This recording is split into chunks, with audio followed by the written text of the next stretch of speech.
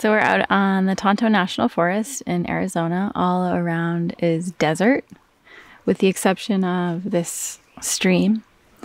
And so the Sacred Datura grows in washes on the sides of roads where people really need it. And it flourishes during the hot and fiery summer months. In the last few days since full moon eclipse, it's been 111 degrees Fahrenheit. And typically the plants that flourish during these times have the ability to help burn things out of us, whether that's in our psyche, in our body, in our minds, in our hearts. And if you're taking the Sacred Datura elixir, some of the things you may notice is physical changes in your body. You may notice that you feel like drinking more water, or that you are having more dreams or nightmares. The subconscious, the psyche, can sort of dump things by having nightmares or high intensity dreams. You may want to look at what issues are arising when you do have dreams. You might want to have a dream journal just so you can see, what are those things that were sort of churning under the surface without me knowing that they were there. Physically, you may notice that your body goes to detox some kind of symptom of something that you experienced a long time ago, 5, 10, 20 years ago. For example, I injured my foot while dancing several years ago, and I noticed that there was something sticking in my foot in that area where I had injured it, almost like the last little bits of scar tissue or adhesions were softening or releasing. And what you can do if you notice that is also to look for what the emotional cause is behind that physical symptomology, to know what kind of habitual patterns you are releasing.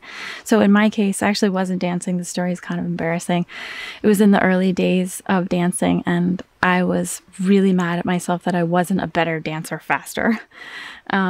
So I have a habit of being really hard on myself. And after dancing one night, it was really late. I was in my car and I went to stretch my toes before I drove home, stretching my toes, and was so mad at myself that I overstretched them and crack. You could hear my kind of tendon or something rip in my foot. Anyway, it took like 6 months to heal, and it was this whole ordeal because I had to travel and carry suitcases and go places and limp around. And it was this sort of constant reminder of, wow, I actually did this to myself. I injured myself on purpose. I wasn't even dancing because I was so mad at myself that I wasn't better. And I'm sure that you can relate to that kind of feeling. And if you notice that any sort of physical symptoms arise as you're working with the Sacred Datura elixir,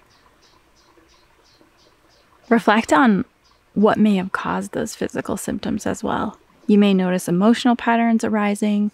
Observe what it is that is bugging you underneath the surface. These are things that you may not even be aware of. They're kind of in your subconscious. The Sacred Datura is a really beautiful plant. The leaf shape is gorgeous. The stems are kind of purpley. It is quite exquisite when you see it up close. And I find it interesting that it's always growing where humans need it, where there's been some kind of destruction. And so that ties back to our inner landscape. When have we experienced some kind of hardship or challenge? And so the question for this week is, what is underneath the surface? What is Sacred Datura helping you acknowledge? And in the simple acknowledging of it, you're releasing it and releasing the last little remnants of charge, whether that's physically, energetically, in your subconscious, emotionally.